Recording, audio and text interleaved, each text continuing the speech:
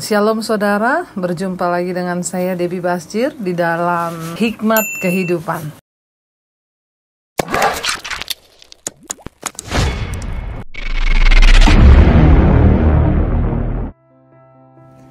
Iya, berjumpa lagi dengan saya Debbie Basjir di dalam Hikmat Kehidupan. Hikmat adalah sesuatu yang berasal dari Tuhan. Hikmat adalah pikiran Allah sendiri. Dan orang-orang yang terus mencari hikmat dan terus mengejar pengetahuan akan memperoleh kebijaksanaan sehingga kita bijaksana di dalam melangkah. Baik, pembacaan kita hari ini sudah sampai pada Amsal pasal yang ke-9. Amsal pasal yang ke-9, judul perikopnya di sana adalah undangan hikmat dan undangan kebodohan. Saudara, kalau kita membaca dari judulnya ini menarik sekali, undangan hikmat dan undangan kebodohan. Ternyata ada dua hal yang bisa mengundang manusia itu. Yang pertama hikmat juga mengundang, kebodohan juga mengundang. Jadi ya kemarin yang seperti saya sampaikan, manusia itu sebenarnya tahu mana yang baik, mana yang tidak. Tetapi sekarang terserah dari manusia itu mau pilih yang mana. Ada yang memilih kebodohan, tetapi ada juga yang memilih hikmat. Mari kita pilihlah hikmat supaya hidup kita bijaksana, ya. Judulnya adalah undangan hikmat dan undangan kebodohan. Ayat yang pertama, hikmat telah mendirikan rumahnya, menegakkan ketujuh tiangnya, ya. Hikmat telah mendirikan rumahnya dan menegakkan ketujuh tiangnya. Ini hanyalah kata kiasan, ya. Tidak ada arti apa-apa. Bukan berarti 7 pilar, 7 prinsip, enggak, ya. Ini dikatakan hikmat di sini berkata, ayat ini berkata hikmat telah mendirikan rumah, ya. Ini hanya arti kiasan dari hikmat itu, seperti yang beberapa waktu yang lalu kita tahu Salomo menggambarkan hikmat seperti seorang pribadi, ya. Jadi dia berkata di sini hikmat telah membangun rumah dan telah mendirikan 7 tiangnya. Ini tidak berarti apa-apa, ya saudara, karena ayat ini secara puitis saja menyatakan bahwa hikmat itu tidak kekurangan apapun. Hikmat itu lengkap dan sempurna. Seperti kita tahu 7 bicara tentang angka kesempurnaan. Jadi itu tidak ada makna apa-apa dari 7 prinsip, 7 pilar atau apapun, tetapi 7 ya tiang itu berbicara tentang angka kesempurnaan saja, ya. Mungkin itu yang dimaksud oleh Salomo di sana, ya. Ayat yang kedua, memotong ternak sembelihannya, mencampur anggurnya dan menyediakan hidangannya. Pelayan-pelayan perempuan telah disuruhnya berseru-seru di atas tempat-tempat yang tinggi di kota. Siapakah yang tak berpengalaman, singgahlah kemari, dan kepada yang tidak berakal budi katanya, marilah makanlah rotiku dan minumlah anggur yang telah kucampur. Saudara, di sini ya seperti biasa Salomo menggambarkan sebuah kiasan. Hikmat dan kebodohan digambarkan dalam pasal ini sebagai dua perempuan yang bermusuhan. Kemarin kita sudah dengar, saudara, ya, ada undangan perempuan sundal dan juga ada undangan hikmat. Bibir wanita jalang, ada juga bibir dari hikmat, mulut hikmat penuh dengan kebijaksanaan. Jadi di sini digambarkan, ya, pada pasal ini bahwa hikmat dan kebodohan itu seperti dua orang perempuan yang saling bermusuhan. Masing-masing mempersiapkan pesta dan mengundang orang datang ke pesta itu. Namun hikmat adalah perempuan yang bertanggung jawab, sementara kebodohan adalah pelayan perempuan yang bebal, yang menyajikan makanan curian. Ya, hikmat berseru-seru kepada pikiran kebodohan. Kebodohan berseru-seru kepada indera. Lebih mudah untuk menyenangkan indera daripada kesenangan dari kebodohan bersifat sementara. Ya, di sini dikatakan, jadi digambarkan dua. Ya, di sini digambarkan dua wanita, ya, sebagai lambang kebodohan dan lambang kebijaksanaan dan hikmat dan juga kebodohan. Ya, ayat yang berikutnya, ayat yang kelima berkata, marilah makanlah rotiku dan minumlah anggur yang telah kucampur. Ya, hikmat berkata, hikmat menyajikan sebuah pesta di sana. Buanglah kebodohan, maka kamu akan hidup, dan ikutilah jalan pengertian. Ya, hikmat di sini berbicara tentang digambarkan sebagai pelayan perempuan yang sedang menyajikan sesuatu yang bermanfaat. Ya, marilah makan rotiku, marilah minum anggur yang telah kucampur, buanglah kebodohan, maka kamu akan hidup, kata hikmat. Ya, jangan pelihara kebodohan saudara dalam hidup kita, supaya kita ini tidak binasa dan tidak melihat malapetaka. Buang segala kebodohan dan ikutlah ya jalan pengertian. Ya, jangan menjadi bodoh apalagi jatuh dalam lubang yang sama berkali-kali. Itu namanya kebodohan. Ayat yang ketujuh, siapa mendidik seorang pencemooh mendatangkan cemooh kepada dirinya sendiri, dan siapa mengecam orang fasik mendapat cela. Saudara, ya jangan mendidik pencemooh, maka kita akan dicemoohnya. Ya, jadi kita ini lebih baik mendidik orang yang mau dididik. Saya sekarang punya prinsip begini. Saya mau melayani orang yang mau untuk dilayani. Orang yang tidak mau dilayani saya nggak mau, saudara. Ya, kenapa? Karena memang benar Alkitab firman ini berkata, kalau kita mendidik pencemooh maka kita akan jatuh dalam cemoohnya. Ya, sering kali yang kita mau lakukan yang baik tetapi akhirnya jadi salah dan jadi jahat. Kenapa? Karena kita salah mendidik orang. Nah, hari ini firman Tuhan hikmat memperingatkan, jangan mengencam seorang pencemooh supaya engkau jangan dibencinya. Ayat yang ketujuh, siapa mendidik seorang pencemooh mendatangkan cemooh kepada dirinya sendiri. Kita maunya mendidik, saudara, tetapi cemooh itu datang kepada kita karena yang kita didik ini pencemooh. Selama orang itu mau untuk berubah, siapapun dia, mau pencemooh, mau pesinah, mau pelakor, mau perempuan sundal, selama dia mau berubah, ya saya mau melayani. Dan layanilah yang seperti itu asal dia masih mau berubah. Tapi kalau orang tidak mau, ya jangan coba-coba kita datangi, saudara. Kenapa? Karena itu akan berbalik kepada kita. Di sini dikatakan jangan mengecam seorang pencemooh supaya engkau jangan dibencinya. Ya, ayat yang ke-8. Ya, kecamlah orang bijak maka engkau akan dikasihinya. Saudara, ya, kita mengecam atau mendidik pencemooh, maka itu akan mendatangkan cemooh dalam hidup kita. Makanya ada banyak orang, Bu, anak saya, Bu, ya, dia sekarang pacaran dengan laki-laki yang tidak benar. Ya, saya mau ibu menelpon anak saya, Bu. Ya, karena saya sudah kasih tahu dia nggak mau dengar. Saya tanya, anak ibu mau untuk dibimbing? Ya, selama ini saya bicara sih dia nggak pernah mau. Maaf ya, kalau anak ibu tidak mau untuk dibimbing, maka saya juga tidak akan menelpon atau membimbing dia, kecuali dia yang datang kepada saya. Kalau dia tidak meminta pendapat, dia tidak meminta nasihat, jangan saudara coba-coba. Ya, maka saudaralah yang akan bermasalah. Engkau yang akan dicela, engkau yang dapat cemooh. Makanya tidak sedikit ibu-ibu yang berkata kepada saya, Bu, suami saya itu loh, saya sudah mencoba untuk menasehati, tapi kenapa saya yang dibalik semua, ya, saya yang dimaki-maki. Ya, kalau orang tidak mau untuk dinasehati, jangan dinasehati, ya. Maka akan cemooh yang berbalik. Itu kata hikmat. Engkau ingin mendidik pencemooh, engkau yang akan dicemooh. Cemooh itu akan berbalik kepadamu. Ya, di sana dikatakan, ya, kalau kita ingin mendidik orang ya pencemooh, ya siap-siaplah, ya, maka cemooh itu yang akan berbalik kepadamu. Siapa mengecam orang fasik mendatangkan cela, ayat yang ke-7. Kita mengecam orang fasik, ya kita yang akan dicelanya, saudara. Jadi kalau saya mau melayani orang yang mau dilayani. Makanya kalau ada yang konseling kepada saya, maaf ya, mungkin saya agak sedikit galak.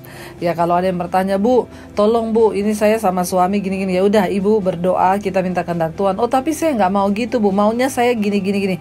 Oh, berarti Ibu nggak mau dengarkan firman Tuhan, ya jangan telepon saya, telepon aja pendeta lainnya. Ya, kalau mau mendengar nasihat firman Tuhan, boleh telepon saya. Tapi kalau mau mengikuti kehendak sendiri, jangan telepon saya. Silakan telepon hamba Tuhan yang lain. Iya, kenapa? Karena buang waktu. Kita melayani orang yang gak mau dilayani. Pencemooh kita didik, ya kita yang akan dicemooh.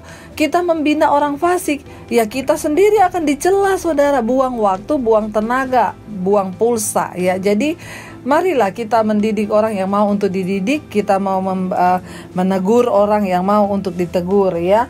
Janganlah mengecam orang, ya, pencemooh. Di sana dikatakan ayat yang ke-8, jangan mengecam seorang pencemooh supaya engkau jangan dibencinya. Kecamlah orang bijak, maka engkau akan dikasihaninya. Sebaliknya saudara, kalau kita ini mengecam orang bijak atau kita memberitahukan sesuatu kepada orang bijak sekalipun itu sifatnya keras, ya orang bijak itu akan mengerti, oh ya, bahwa dia itu mengkoreksi hidupku karena ya memang benar ya, dan kamu akan dikasihaninya. Tapi kalau kita mengecam orang bebal ya, maka ya kita ya akan dibencinya. Kecamlah orang bijak ya. Kenapa? Orang bijaksana itu senang ya, terbuka untuk teguran, terbuka untuk masukan ya. Tapi kalau kita mengecam orang fasik ya, kita akan dicela ya. Dia akan berkata, ngapain sih lu ngurusin hidup gua, urus aja hidupmu sendiri ya. Tetapi kalau kita mengecam orang bijak, maka kita akan dikasihinya, karena firman Tuhan berkata, lebih baik teguran yang nyata-nyata daripada kasih yang tersembunyi. Orang bijak tahu mana teguran yang mendatangkan kebaikan dan mana itu kemunafikan. Jadi jadilah bijak dan tegurlah orang bijak, jangan orang yang fasik, saudara ya. Ayat yang ke-10, permulaan hikmat ya ialah takut akan Tuhan ya, dan mengenal yang Maha Kudus adalah pengertian. Diulangi lagi di sini bahwa permulaan hikmat adalah takut akan Tuhan, dan mengenal yang Maha Kudus itulah pengetahuan ya. Permulaan hikmat itu takut akan Tuhan. Bagaimana kita bisa memperoleh hikmat? Ya, hiduplah takut akan Tuhan. Ya, bagaimana kita bisa memperoleh pengetahuan? Dengan mengenal Tuhan yang Maha Kudus. Ya, mungkin saudara bertanya, bagaimana caranya saya mengenal Tuhan yang Maha Kudus? Lewat firman Tuhan, lewat khotbah-khotbah, lewat ya membaca Alkitab ya. Dengan saudara mendengarkan firman Tuhan misalnya di channel YouTube saya syukur dan senang banyak yang berkata, Bu, sejak mendengar firman saya jadi mengerti, saya jadi tahu, saya jadi punya pengetahuan bagaimana menjadi orang Kristen yang benar. Saya mendapatkan tentang rasa takut akan Tuhan, saya mengerti akan kebenaran. Itu yang Tuhan mau ya. Dengarkan banyak firman, dengarkan khotbah-khotbah supaya imanmu bertumbuh, saudara ya. Saya dikatakan kenapa? Karena permulaan hikmat ialah takut akan Tuhan, dan mengenal yang Maha Kudus itulah pengetahuan. Jadi pengetahuan itu, ingat, menurut firman Tuhan, bukan waktu kita dapat S1, S2, S3 sampai S10 kayak Samsung ya, tapi pengetahuan itu adalah waktu kita mengenal Allah, waktu kita hidup takut akan Tuhan. Itulah pengertian, itulah hikmat, itulah pengetahuan yang benar ya, bukan hanya secara ilmu ya. Di dunia ini kita belajar, tapi mari, karena itu orang tua penting sekali untuk kita mengarahkan anak-anak kita kepada takut akan Tuhan dan mengenal Tuhan, karena itulah pengetahuan yang sesungguhnya. Dan Tuhanlah yang menjamin kehidupan orang-orang yang terus mau sungguh-sungguh hidup dalam takut akan Tuhan. Yang berikutnya saudara, ayat yang ke-11. Karena oleh aku ya umurmu diperpanjang dan tahun-tahun hidupmu ditambah. Ya, oleh hikmat kita bisa memperoleh panjang umur. Ya, oleh hikmat tahun-tahun hidup kita diperpanjang oleh Tuhan. Kenapa? Karena orang yang hidup dengan hikmat, dia hidup takut akan Tuhan, hidupnya itu berdampak bagi orang lain. Hidupnya itu berdampak bagi kerajaan Allah. Hidupnya itu berdampak bagi kepentingan Tuhan. Ya, karena itu hikmat akan memperpanjang umur orang-orang yang takut akan Dia. Hikmat akan memperpanjang umur orang-orang yang hidup dengan takut akan Tuhan. Kenapa saudara? Saya beri contoh saudara. Ya, ada begitu banyak kematian yang sia-sia. Ya, saya tahu sekelompok pemuda Kristen saudara yang sukanya itu minum minuman keras dan bahkan dicampur. Ya, bayangkan sudah minuman keras dicampur dengan spiritus lalu diminum. Ini kan namanya tidak berhikmat. Kenapa orang bisa akhirnya mati binasa saudara, lalu tiba-tiba dia tidak sadarkan diri, dibawa ke rumah sakit dan akhirnya meninggal. Ya, dia menemui ajalnya bukan karena sudah waktunya Tuhan kan. Ini kan sama dengan bunuh diri. Ya, minum minuman keras dicampur dengan spiritus, yaitu bunuh diri kan. Umurnya jadi pendek. Tetapi hikmat itu memperpanjang umur. Kenapa? Orang yang berhikmat tahu bahwa tubuhnya ini bait Allah, tidak akan sembarangan dia makan sesuatu. Dia bahkan menjauhi rokok, menjauhi minuman keras. Kenapa? Karena orang yang berhikmat tahu bahwa hidup ini harus kita jaga. Hidup ini adalah miliknya Tuhan karena dia takut akan Tuhan. Bahwa hidup ini adalah harus kita pertanggungjawabkan, sehingga dia menjaga makanannya. Dia tidak merokok, dia tidak minum minuman keras, dia tidak makan makanan dengan berlebihan, dia menjaga hidupnya karena dia tahu tubuhnya adalah bait Allah, bait Roh Kudus. Itu yang menyebabkan dia panjang umur. Ya, jadi hikmat itu akan memperpanjang umur orang-orang yang hidup di dalamnya, yang takut akan Tuhan. Karena itu jangan sembarangan saudara dengan hidupmu. Ya, hidup dan mati itu dikuasai oleh lidah. Bukan hanya berbicara tentang perkataan, tapi juga apa yang masuk di mulut kita. Orang yang berhikmat takut Tuhan, dia menjaga semua yang masuk di mulutnya dan yang keluar dari mulutnya. Tapi orang yang tidak berhikmat, dia hidup sembarangan. Ya kayak itu, sekelompok anak muda kumpul-kumpul, minum minuman keras dicampur pakai spiritus. Ya, itu tindakan bunuh diri sehingga dia menemui ajalnya. Dia memperpendek umurnya sendiri. Demikian orang yang hidup dalam kenajisan, dalam percabulan. Kemarin kita sudah belajar saudara ya. Lalu kalau kena AIDS ya, beberapa orang juga sudah berkomunikasi dengan saya. Mereka dulu adalah orang-orang yang hidup dalam dosa homoseksual, dan hari-hari ini mereka sudah terkena AIDS saudara. Ya, mereka hanya bisa berkata, "Ibu tolong bantu doa ibu, sekarang saya sudah positif AIDS." Kenapa? Ya memperpendek umur karena tidak takut Tuhan, hidup dalam dosa, kenajisan. Ya, ada orang-orang yang sakit ya, seperti dulu ada tayangan yang saya lihat di televisi. Ya, seorang bapak, dia setia dengan rumah tangganya. Satu kali ketika dia tugas keluar kota, ya dia coba-coba main perempuan nakal, perempuan sundal, dan ternyata sejak malam itu dia ketularan AIDS, dan akhirnya bapak itu meninggal karena kena AIDS. Dosa yang hanya dilakukan satu kali ya sudah membawa kepada maut. Ya saudara, mari kita punya hikmat dan takut akan Tuhan. Kenapa? Karena hikmat itu yang akan memperpanjang hidup kita. Hikmat itu yang akan menuntun kita kepada jalan-jalannya Tuhan. Baik, sekarang kita lanjut pada ayat yang ke-12 ya.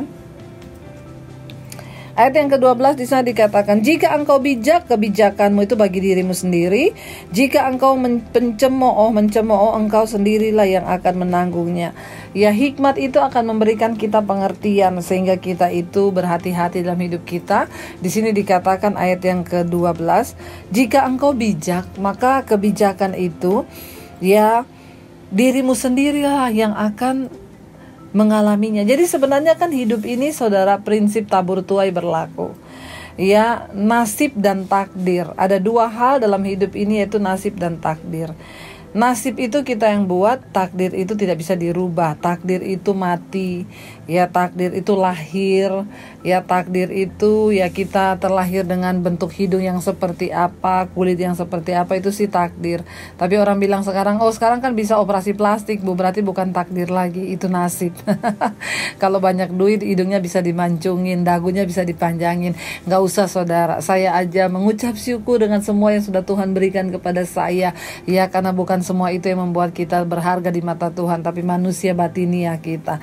Ya, takdir itu tidak bisa dirubah, tapi nasib itu kita yang buat ya. Ada yang tanya, lalu pernikahan itu nasib atau takdir? Ya, bisa dua-duanya. Akan menjadi takdir kalau kita berdoa, bergumul dan dapat yang terbaik dari Tuhan. Tapi akan menjadi nasib waktu engkau pilih dengan jalanmu sendiri. Jadi jangan salah, kalau engkau bijaksana, maka kebijaksanaan itu bagi dirimu sendiri, bukan bagi orang lain. Kalau engkau takut Tuhan, saya ketika saya bertobat, saya sungguh-sungguh menghidupi firman Tuhan. Termasuk ketika mencari jodoh, saya berdoa. Ya, kalau saya berbahagia dengan pernikahan saya yang sekarang, saya dapat suami yang takut Tuhan, suami yang baik. Ya, kebahagiaan itu untuk siapa? Untuk saya kan? Ya, kalau saudara, makanya ada orang tua yang bilang, "Bu, tolong Bu, cegah anak saya, dia mau menikah dengan orang yang tidak seiman, orangnya itu gak takut Tuhan, orangnya gini-gini." Ya, gak bisa. Kenapa Bu? Saya bilang, anak ibu itu punya pilihan masing-masing dalam hidupnya. Kita hanya bisa menasihati. Ya, dia yang memutuskan. Orang itu bijaksana, keuntungannya bagi dirinya sendiri, bukan orang lain. Makanya hari ini kita gak rugi. Engkau hidup dalam kebijaksanaan takut Tuhan, itu kebahagiaannya bagi dirimu sendiri, bukan bagi orang lain. Makanya saudara, ya kalau engkau mencemooh, ya engkau merugikan dirimu sendiri. Engkau bodoh, engkau merugikan dirimu sendiri. Karena sesungguhnya apa yang kita alami sekarang dalam hidup ini itu kan hasil dari tuaian kita sendiri. Jangan salahkan orang tua atas pernikahanmu, jangan salahkan orang lain atas kegagalan pernikahanmu. Salahkan dirimu sendiri karena engkau tidak bijaksana. hidup di dalam takut akan Tuhan. Ya, ayat yang berikutnya saudara, ayat yang ke-13, di sana dikatakan, perempuan bebal cerewet, sangat tidak berpengalaman ia, dan tidak tahu malu, ya. Ia duduk di pintu rumahnya, di atas kursi di tempat-tempat yang tinggi di kota. Dan orang-orang yang berlalu di jalan yang lurus jalannya diundangnya dengan kata-kata, siapa yang tidak berpengalaman singgahlah kemari. Dan kepada orang yang tidak berakal budi katanya, air curian manis dan roti yang dimakan dengan sembunyi-sembunyi lesat rasanya. Ayat 18, tetapi orang itu tidak tahu bahwa di sana ada arwah-arwah dan bahwa orang-orang yang diundangnya ada di dalam dunia orang mati. Tadi di depan saya sudah kasih tahu bahwa Amsal pasal 9 ini Salomo menggambarkan hikmat itu adalah seorang wanita yang menyajikan makanan yang lezat, ya, dengan anggur. Tetapi kebodohan, ya, itu menggambarkan seorang wanita yang penuh dengan roh kenajisan dan mengundang sama-sama hikmat mengundang orang yang tidak berpengalaman, ya.